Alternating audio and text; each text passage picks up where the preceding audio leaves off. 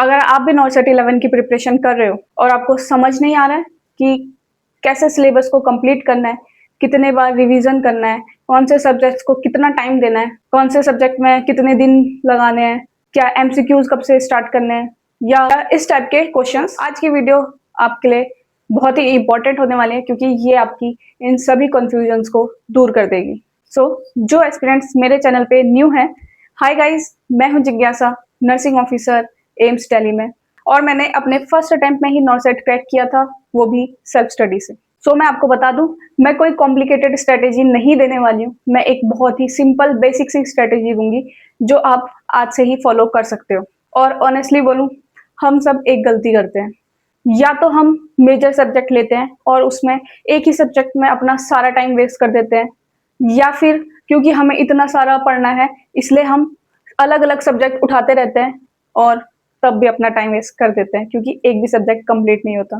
तो आज मैं आपको इन दोनों का एक बहुत ही बैलेंस सॉल्यूशन बता समझते हैं। इन 4 महीने को कैसे डिवाइड करेंगे। 4 महीने यानी कि हमारे pass on an average 120 plus days हैं। तो इन 120 डेज को हम 3 साइकिल में डिवाइड करेंगे, यानी कि हम अपना पूरा सिलेबस 3 बार रिवाइज करेंगे ही। स्टार्ट करते हैं। सबसे पहली साइकिल यानी कि 60 डेज की, लगभग 60 डेज की साइकिल है, जिसमें आपका फोकस होगा कॉन्सेप्ट्स पे, एमसीक्यूज पे और माइक्रो रिवीजन पे। फिर हमारी सेकंड साइकिल होगी जो हमारी लगभग 35 टू 40 डेज की होगी, जिसमें आप सेकंड रिवीजन करोगे जो आपके शॉर्ट नोट्स होंगे उनका, प्लस आप एमसीक्यूज करोगे, प्लस आप अपनी वीकनेस पे वर्क करोगे। फिर उसके बाद हम बात करते हैं थर्ड साइकिल की। ये भी आपकी 30 टू 35 डेज की होगी। इसमें आप केवल रिवाइज करोगे, कोई नया टॉपिक नहीं पढ़ोगे, आप एमसीक्यूज करोगे, आप मॉक टेस्ट दोगे और आप उन मॉक टेस्ट का एनालाइज करोगे, अपनी मिस्टेक्स को रेक्टिफाई करोगे। क्योंकि एट द एंड जब आप एग्जाम देने जाओगे तो आप नहीं चाहते कि आप अपने एग्जाम में कोई मिस्टेक करो। तो जो आप मिस्टेक मॉक टेस्ट में करोगे उसको साथ के साथ एनालाइज करके रेक्टिफाई करोगे। याद रखो, टॉपर वो नहीं होता जो रोज नया नया पढ़ता है। टॉपर वो होता है जो एक ही चीज को बार बार पढ़े। तो अब सबसे इंपॉर्टेंट क्वेश्चन, किस सब्जेक्ट को कितना टाइम दें। तो मैं सबसे पहले आपको बता दूं कि मैं कोई एक एग्जैक्ट टाइमलाइन नहीं दे रही हूँ कि आपको इसी टाइमलाइन को फॉलो करना है। मैं एक आपको रियलिस्टिक रेंज दूंगी कि आप इसके हिसाब से आप अपना टाइम को कस्टमाइज कर सके और अपनी प्रिपरेशन को अपने हिसाब से करें। तो सब्जेक्ट वाइज अगर हम देखें तो मेडिसिन सबसे वास्ट है, तो इसको आपको एटलीस्ट 25 टू 35 डेज देने पड़ेंगे। उसके बाद जब हम बात करते हैं फार्मा की तो 15 टू 20 डेज, ओबीजी की तो 12 टू 15 डेज, पीट्स की 8 टू 10 डेज, कम्युनिटी की 8 टू 10 डेज, साइकोलॉजी की 4 to 5 days is necessary, plus nutrition जिसको आप 2 से 3 दिन दोगे ही दोगे। अब एक सबसे इंपॉर्टेंट, अगर आप बिगिनर हो तो टाइम को आप थोड़ा इंक्रीज कर सकते हो, और अगर आपने पहले से पढ़ा है तो आप टाइम को कम कर सकते हो। अब सबसे इंपॉर्टेंट, पढ़ना कैसे है। मुझसे बहुत सारे लोगों ने पूछा था कि हम पढ़े कैसे, हम एक दिन में एक सब्जेक्ट करें या 2 सब्जेक्ट करें या रिवाइज करें या कैसे करें। तो आपके क्वेश्चंस का मैं इस वीडियो में आपका आंसर दूंगी। सबसे पहले एक मेन सब्जेक्ट उठाओ और उसके पैरेलल में एक माइनर सब्जेक्ट उठाओ। जैसे एक सब्जेक्ट आप ले लो मेड सर्च, दूसरा सब्जेक्ट आप ले लो फार्मा।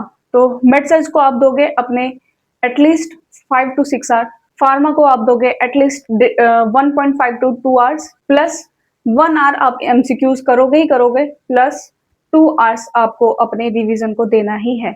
इतना आपको पढ़ना ही पड़ेगा क्योंकि 4 महीने बाद नॉर्सेट है। तो एटलीस्ट आप 9 टू 12 आवर्स की स्टडी पर डे आपको करनी ही पड़ेगी। और आप पूरा दिन एक सब्जेक्ट मत पढ़ना, क्योंकि जब हम एक ही सब्जेक्ट को लगातार पढ़ते रहते हैं तो हमारा ब्रेन बहुत जल्दी सैचुरेट हो जाता है। वहीं पे अगर हम सब्जेक्ट्स को थोड़ा डिफर कर रहे हैं कि जैसे मेड सर्च पढ़ रहे हैं प्लस फार्मा पढ़ रहे हैं, तो हमारा माइंड थोड़ा शिफ्ट होता है, तो सैचुरेशन पॉइंट थोड़ा डिले हो जाता है। तो अब कई लोग पूछेंगे कि मेड सर्च को हम कैसे डिवाइड करें, क्योंकि मेड सर्च इतना बड़ा है, उसमें इसके अंदर इतने सारे सिस्टम्स हैं। तो मैं आपको ओवरऑल 30 डेज की साइकिल है, जैसे मैंने बोला था कि आप 25 टू 35 डेज लेके चलना मेड सर्च के लिए, तो मैं ऑन एन एवरेज 30 डेज ले रही हूँ और उसके हिसाब से मैं आपको सिस्टम्स को डिवाइड करवा रही हूँ। सबसे पहले जो हमारे बड़े बड़े सिस्टम है, जैसे कार्डियोवैस्कुलर सिस्टम है, रेस्पिरेटरी सिस्टम है, नर्वस सिस्टम है, रीनल सिस्टम है, जीआई है, इनको आपको एटलीस्ट 2 डेज तो देने ही पड़ेंगे।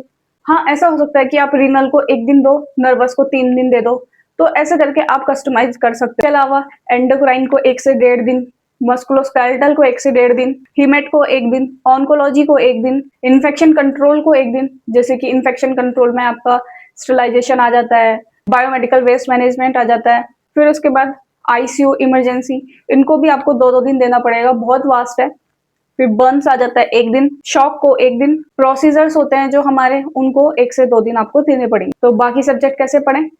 सेम पैटर्न फॉलो करना है। जैसे मेड सर्च के पैरेलल में आप फार्मा लेके चल रहे हो, फिर जब आपका फार्मा खत्म हो जाएगा तो आप ऑप्शन गाइनी स्टार्ट कर। फिर मान लो अगर आपका ऑप्शन गाइनी चल ही रहा है और आपका मेड सर्च खत्म हो गया है, तो आप मेड सर्च की जगह अपना कम्युनिटी स्टार्ट कर दोगे।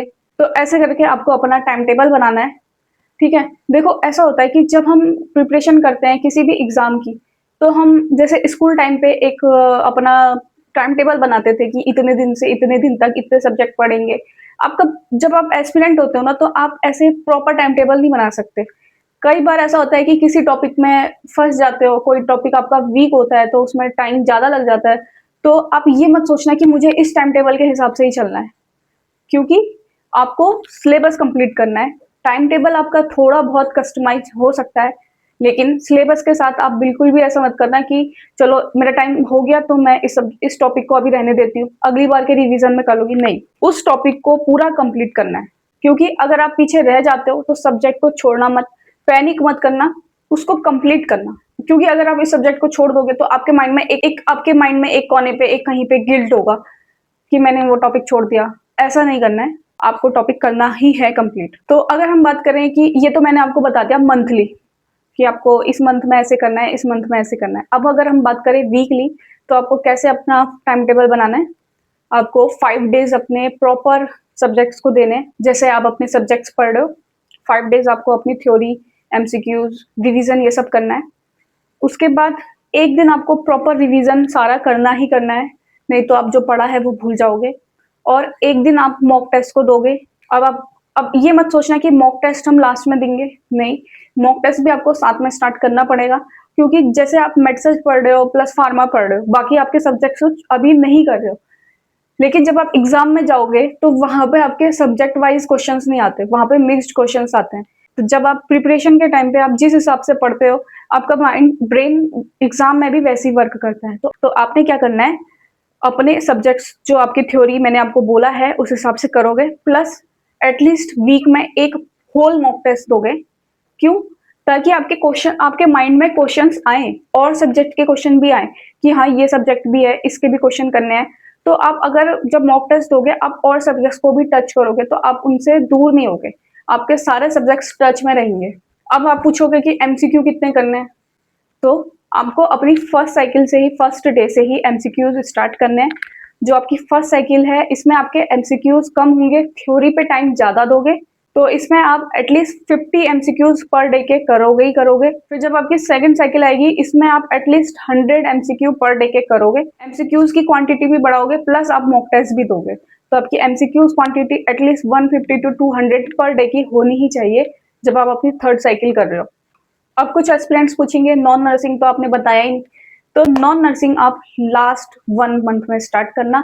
नर्सिंग के चक्कर में आप अपनी जो मेजर पोर्शन है, 80% आपका थ्योरी का जो मेजर पोर्शन है जिससे आपके 80% मार्क्स आएंगे, उसके साथ कोई भी नेगोशिएशन मत करना कि नॉन नर्सिंग नहीं पढ़ा, नॉन नर्सिंग नहीं पढ़ा। इसके लिए आपका 1 मंथ का 1 आवर इनफ है, 30 आवर्स इनफ है।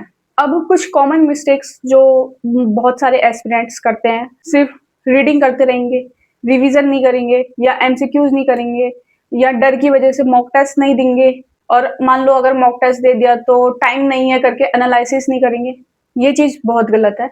आप संडे को, चाहे मान लो वीकली आप मॉक टेस्ट दे रहे हो, संडे को आप मॉक टेस्ट दे रहे हो, आपका 2 घंटा अगर मॉक टेस्ट देने में लग रहा है, तो उसके बाद आपको एटलीस्ट 2 घंटा उसका एनालिसिस करने में जाएगा, क्योंकि आप जो क्वेश्चंस गलत कर रहे हो उसका कॉन्सेप्ट आपको समझना जरूरी है।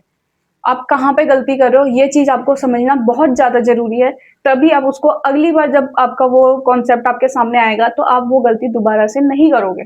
अगर आपको ये स्ट्रेटेजी भी कॉम्प्लेक्स लग रही है तो पैनिक मत करो, बस इतना करो, डेली एक सब्जेक्ट उठाओ, उसको पढ़ो, उसके एमसीक्यूज करो और रिवाइज करो, बस कंसिस्टेंसी रखो, बाकी सब अपने आप सेट हो जाएगा। तो गाइज, इस वीडियो को सेव कर लो और आज से स्टार्ट करो, क्योंकि सिलेक्शन प्लानिंग से नहीं एग्जीक्यूशन से आता है। और मेरी जो नेक्स्ट वीडियो होगी वो होगी कि रिवीजन कैसे करना है। तो उसके लिए चैनल को सब्सक्राइब कर लेना, नोटिफिकेशन ऑन कर लेना, ताकि आप लोगों को पता रहे मेरी वीडियो आ गई है और उसको देख के अपना रिवीजन को स्ट्रॉन्ग करना।